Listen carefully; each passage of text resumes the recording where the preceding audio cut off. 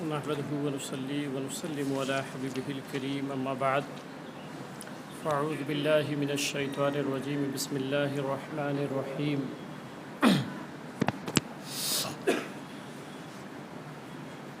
من يشاقق الرسول من بعد ما تبين له الهدى ويتبع غير سبيل المؤمنين نوله ما تولى ونصله جهنم وساءت مصيرا آمنت بالله صدق الله المولانا العظيم وصدق رسوله النبي الكريم ونحن على ذلك لمن الشاهدين والشاكرين والحمد لله رب العالمين۔ میں نے جو آیت پڑھی ہے نا اس پر چند باتیں، چونکہ ایک وقت بالکل نہیں، اب 10 منٹ کا وقت بچا ہے۔ اللہ تعالیٰ قرآن مقدس میں فرماتا ہے اور جو رسول کی مخالفت کرے ہدایت کا رستہ واضح ہو جانے کے بعد مومنین کے علاوہ کسی اور راستے کی پیروی کرے تو اللہ فرماتا ہے ہم اسے ادھر ہی پھیر دیں گے، یعنی مومنین کا راستہ چھوڑ دے حق واضح ہو جانے کے بعد تو اللہ فرماتا ہے وہ جس راستے کی طرف جائے گا نا ہم ادھر اس کو پھیر دیں گے، وساءت مصیرا، اور اسے جہنم پہنچائیں گے، پھر اسے جہنم پہنچائیں گے۔ اب میں نے کہا تھا نا کہ عقیدے پہ ہم بات کریں گے، مگر اب چونکہ بالکل وقت نہیں ہے، حدیث شریف میں نے پچھلے جمعہ کو بتایا تھا کہ کیا ہر مسلمان صحیح ہے، ہر کلمہ پڑھنے والا مومن ہے، یہ نقطہ میں نے پچھلے جمعہ کو بیان کیا تھا تو نہیں، آپ کو میں حدیث سناؤں۔ ان عبداللہ ابن عمر قال یاتی علی الناس زمان یجتمعون ویصلون فی المساجد ولیس فیہم مومن۔ بعض لوگ جب یہ باتیں سنتے ہیں نا، ویسے ہم اگر اردو میں بیان کریں اور حدیث نہ پڑھیں ابھی تو عوام میں بیٹھے کچھ لوگ یہ کہتے ہیں کہ یار یہ مولانا لوگوں کے جھگڑے ہیں، جو کلمہ پڑھتا ہے یار جنتی ہے، جو کلمہ پڑھتا ہے، جو نماز پڑھتا ہے، جو روزے رکھتا ہے، سب جنتی ہیں۔ یہ بات ہوتی ہے۔ میں سرکار کے بارے میں آپ کیا کریں گے، حضور کا فرمان سنیں کہ حضور صلی اللہ علیہ وسلم ارشاد فرماتے ہیں، تاجدار کائنات صلی اللہ علیہ وسلم نے ارشاد فرمایا ہے کہ لوگوں پر ایک زمانہ آئے گا۔ اچھا سن لیں، کوئی یہ نہ کہے کہ یہ حدیث ضعیف بیان کر دی ہے مولانا نے، نہیں، حدیث سنیں۔ وقال الحاکم ھذا حدیث صحیح الاسناد علی شرط الشیخین، امام بخاری اور امام مسلم کے نزدیک ان کے شرائط کے مطابق اس کی سندیں صحیح ہیں، اس کی سندیں صحیح ہیں۔ اب وہ روایت یہ ہے کہ سرکار نے فرمایا کہ لوگوں پر ایک ایسا زمانہ آئے گا، لوگوں پر ایک ایسا زمانہ آئے گا کہ وہ مساجد میں جمع ہوں گے، لفظ سنیں، یجتمعون، جمع ہوں گے، وَيُصَلُّونَ فِي الْمَسَاجِدِ، اور نماز ادا کریں گے، سب جمع ہوں گے، ایک جمع غفیر ہوگا اور مسجد میں آئیں گے اور نماز پڑھیں گے اور پڑھیں گے، وَلَيْسَ فِيهِمْ مُؤْمِنٌ، مگر ان میں سے کوئی ایک بھی مومن نہیں ہوگا۔ یہ سرکار کی حدیث ہے، اسی لیے میں عقیدے پہ زیادہ زور دے رہا ہوں کہ یہ سرکار کا فرمان ہے نا۔ اگر میں آپ کو صرف اردو سمجھاتا تو آپ کہتے یار یہ مولانا لوگوں کی باتیں ہیں، مسل کی باتیں ہیں، مگر یہ سرکار کا فرمان سنا رہا ہوں کہ سرکار نے فرمایا کہ اجتماع ہوگا مسجد میں نمازیوں کا، جمع غفیر ہوگا، مگر اس میں کوئی بھی مومن نہیں ہوگا۔ اور پھر سنیں، حضور صلی اللہ علیہ وسلم نے فرمایا، یہ ترمذی اور مسلم کی روایت ہے، ان رسول اللہ صلی اللہ علیہ وسلم قال بادر بالاعمال فتنا كقطع اللیل المظلم یصبح الرجل مؤمنا ویمسی کافرا۔ سرکار نے فرمایا ان فتنوں کے واقع ہونے سے پہلے نیک اعمال کرو جو اندھیری رات کی طرح چھا جائیں گے۔ فتنے آئیں گے گھروں پہ، اندھیری رات کی طرح چھا جائیں گے۔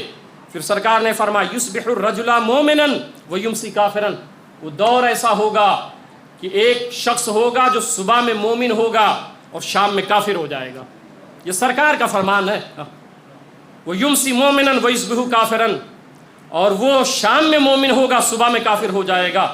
اور فرمایا یبیع دینہ بعرض من الدنیا، معمولی سی دنیاوی فائدے کے عوض اپنا ایمان وہ فروخت کر ڈالے گا۔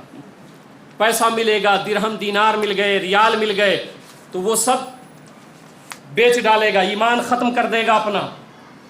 اب جو بات کرنی ہے مجھے کہ اصل ہے ایمان، ایمان ہے تو نماز ہے، ایمان ہے تو روزہ ہے، ایمان ہے تو حج و زکوٰۃ ہے۔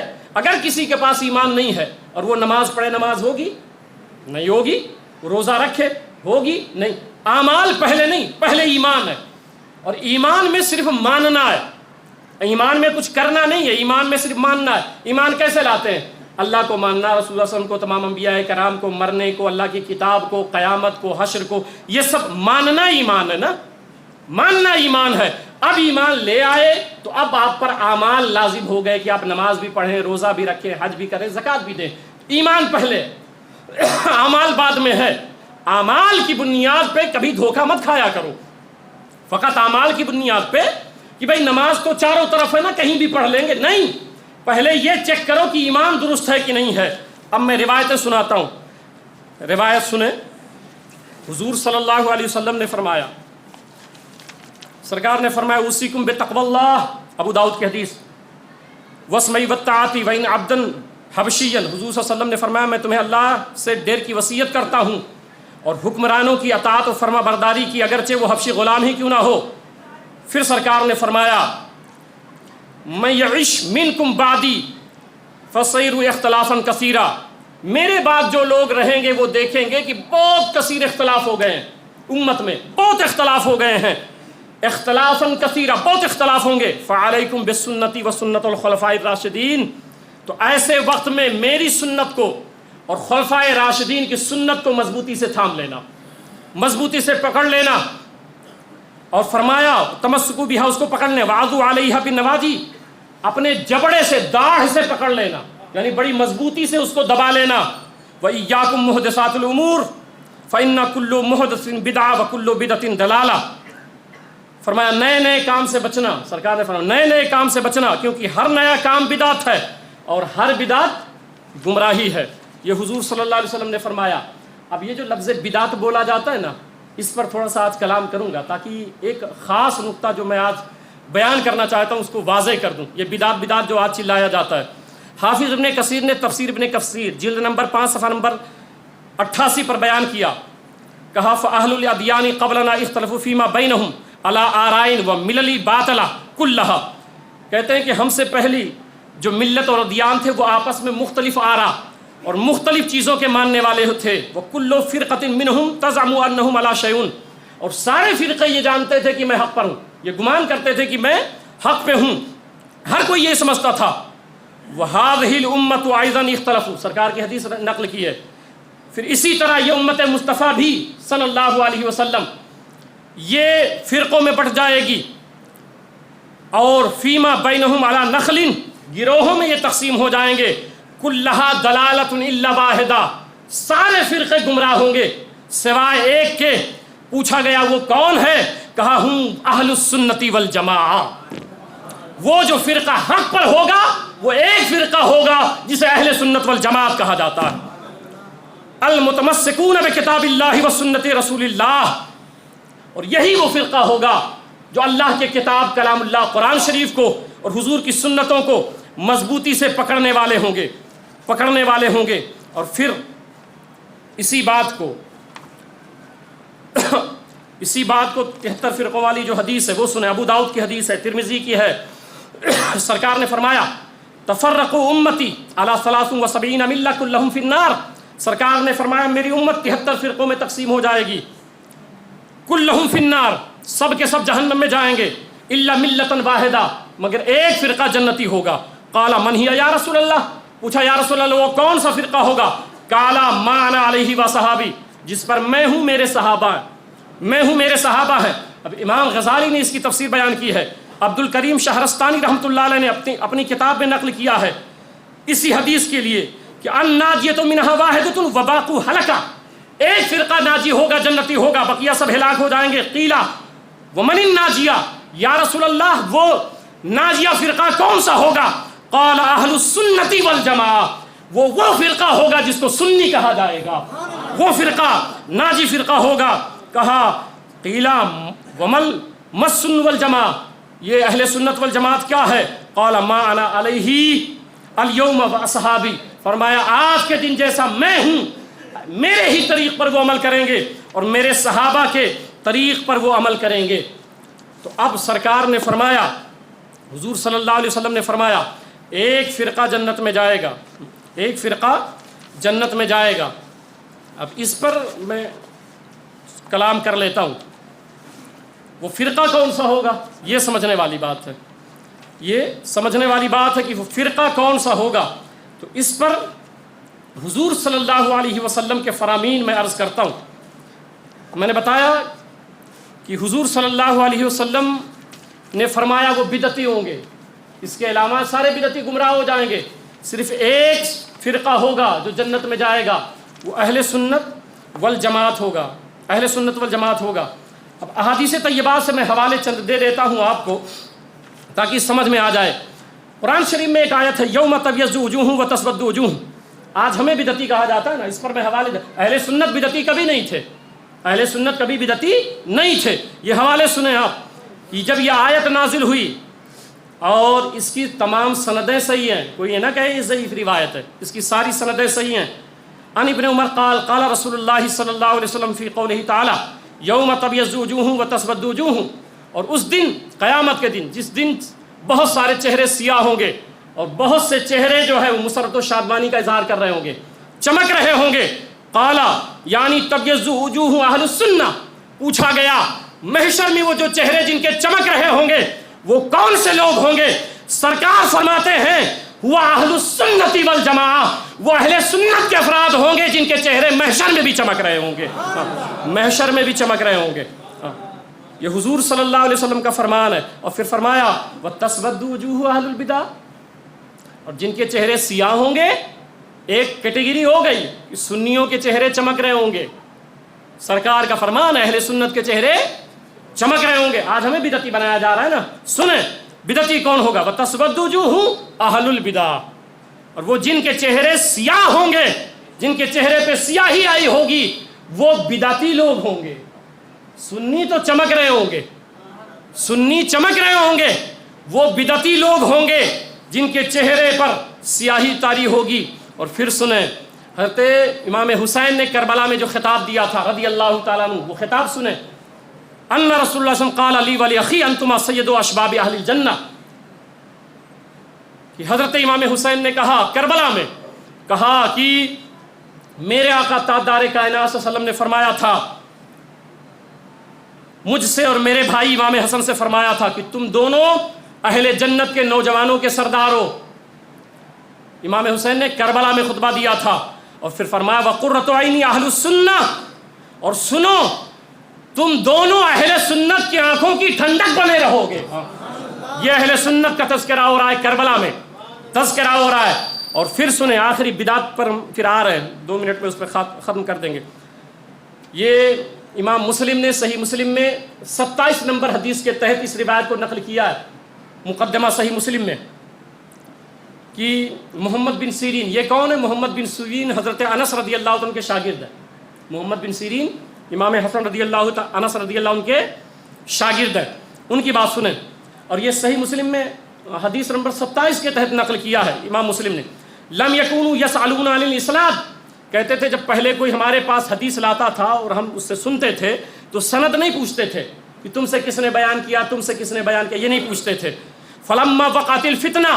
مگر جب فتنہ واقع ہو گیا، نئے نئے مذہب نکل گئے، نئے نئے ادیان نکل گئے. یہ جو بدعت ہے نا، بدعت اس کا سیاق و سباق اگر پڑھیں گے تو بدعت 2 طرح کے ہوتے ہیں. ایک ہوتا ہے بدعت اعتقادی، عقیدے میں بدعت، اور ایک ہوتا ہے بدعت عملی، عمل میں بدعت. تو زیادہ تر حدیثیں، اکثر حدیثیں جو ہیں وہ بدعت اعتقادی کی مذمت میں سرکار نے فرمائی ہے. ہم اس کو بدعت عملی میں ثابت کر دیتے ہیں. بدعت اعتقادی اس پر میں آؤں گا. تو جب بدعت اعتقادی پھیل گئی، بدعت اعتقادی، اب اس پر میں روایت کوٹ کر دیتا ہوں نا تاکہ آپ کو سمجھ آ جائے کہ بدعتی ہم لوگ نہیں ہیں جو آج کہا جا رہا ہے. امام آجری رحمۃ اللہ علیہ نے کتاب الشریعہ صفحہ نمبر 424 پر لکھا ہے اصول البدع 4. بدعات کے اصول 4 ہیں. آج تیجا، 40واں اور نیاز فاتحہ کو بدعات کہا جاتا ہے، جبکہ بدعات کی حدیثیں کس کے لیے آئی ہیں؟ کم سے کم اتنا تو غور کریں. ایک تماشا بنا رکھا ہے لوگوں نے، علم ہوتا نہیں ہے، صلاحیت ہوتی نہیں ہے، جو سمجھ میں آتا ہے بکتے رہتے ہیں. بدعات کے 4 اصول ہیں. بدعات اس دور میں بدعات کے 4 اصول ہیں. کون کون بدعتی ہے؟ الرافضۃ والخوارج والقدریۃ والمرجیۃ. یہ بدعتی ہیں.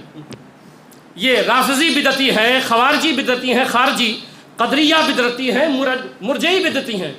یہ بدعتی ہیں. اور پھر نہیں آئیں، ابھی نہیں چھوڑوں گا، آگے چلیں. فتاوی ابن تیمیہ، فتاوی جو بات بات پہ بدعت کہتے ہیں نا، سنو بدعت کسے کہتے ہیں. فتاوی ابن تیمیہ جلد نمبر 3 صفحہ نمبر 279، امام ابن تیمیہ لکھتے ہیں، جماعت اہل حدیث کے فاؤنڈر اور بانی، وہ کہتے ہیں اول بدعت حدثت فی الاسلام، اسلام میں سب سے پہلی جو بدعت ہوئی ہے بدعت الخوارج، وہ خارجیوں کی بدعت تھی. وہ لوگ کہہ رہے ہیں وہ خارجی بدعتی ہیں، قدریہ بدعتی ہیں، آپ اہل سنت کو بدعت بناتے چلے جا رہے ہیں، ہم لوگوں کو بدعتی کرتے چلے جا رہے ہیں، جبکہ سرکار فرما چکے ہیں اہل سنت کے چہرے محشر میں چمک رہے ہوں گے، بدعتیوں کے سیاہ ہوں گے. تو سرکار نے اہل سنت کا جو نام لے کر کے واضح فرما دیا کہ اہل سنت بدعتی نہیں ہو سکتے ہیں، بدعتی نہیں ہو سکتے ہیں وہ. اب اگر یہی بات ہے تو آپ نے سنا ہوگا پچھلے جمعہ کو 10 تاریخ کو نا انگریزی کی، یہ پورے سعودیہ میں ہر مسجد میں تبلیغی جماعت جو جماعت دیوبند کی ہے اس پر بین لگا دیا گیا ہے. آپ نے سنا ہوگا، نیٹ کے ذریعے پتہ چلا ہوگا کہ تبلیغی جماعت جو جماعت دیوبند کی ہے اس پر بین لگا دیا گیا ہے. اچھا بین لگا دیا ہے، وہ تقریر نہیں کر سکتے ہیں اور کچھ کر نہیں سکتے ہیں. اب اس میں پورا تو نہیں پڑھوں گا، بہت بڑا ہے، مگر بین کیوں لگایا گیا ہے وہ سنیں. جو لوگ آج ہمیں بدعتی کہتے تھے ان کے بارے میں کیا کہا گیا ہے وہ سنیں. وہ کہتے ہیں وَمِن تِلْكَ الْجَمَاعَةِ جماعت التبلیغ التي يغلب على افرادها الجهل بالعقیدہ والسنة الصحیحہ ويكثر عندهم ذکر الخرافات وقصص الكاذبہ. اور یہ جماعت تبلیغ جو ہے اس کے زیادہ تر افراد جو ہے عقیدے سے جاہل ہوتے ہیں، ان کو کچھ پتہ ہی نہیں ہوتا ہے اور حضور کی حدیث جانتے ہی نہیں ہیں.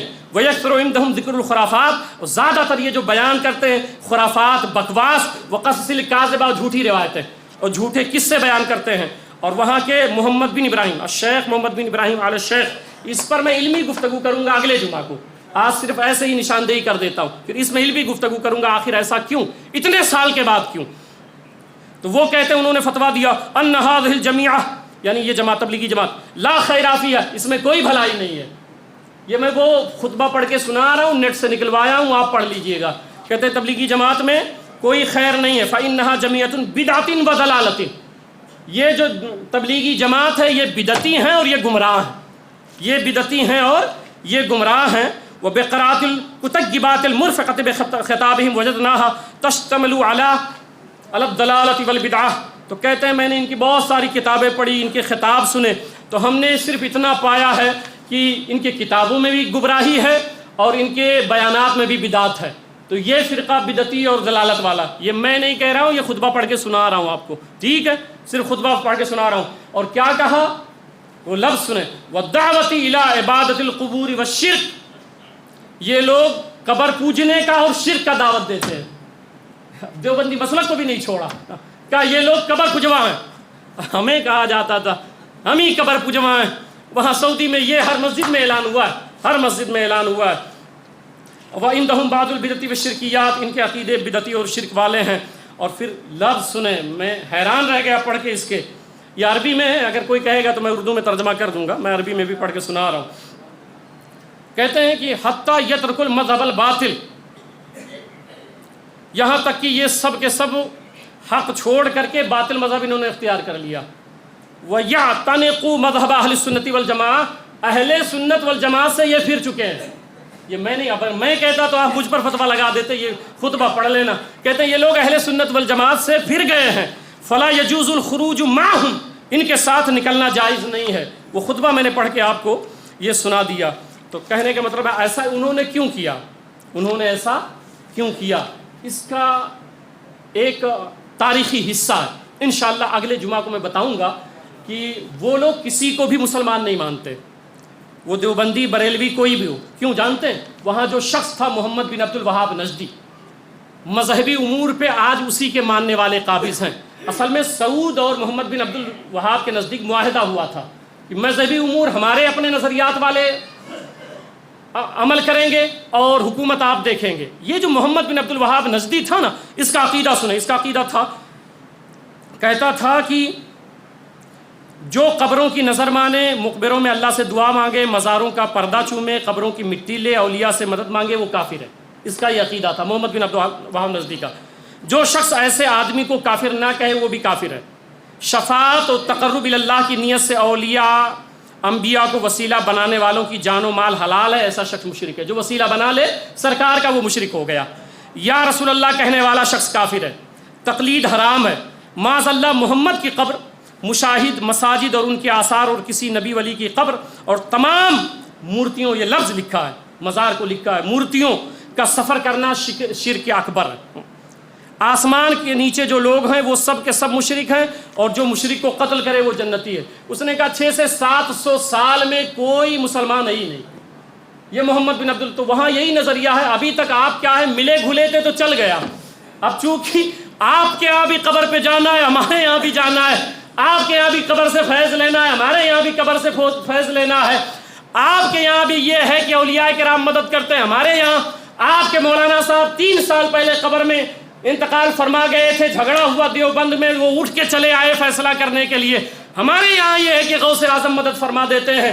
اب ان کو پتا چلا تو کہا یہ بھی بدعتی ہے، وہ بھی بدعتی ہے، یہ بھی مشرک ہے، وہ بھی مشرک ہے۔ تو وہاں کا وہ نظریہ بالکل الگ ہے، وہ پورے دنیا کو کافر و مشرک سمجھتے ہیں۔ یہ چند باتیں ہم نے سمجھا دی، اس پر انشاءاللہ تاریخی واقعات اور حقائق میں اگلے جمعہ کو پیش کروں گا انشاءاللہ تعالی۔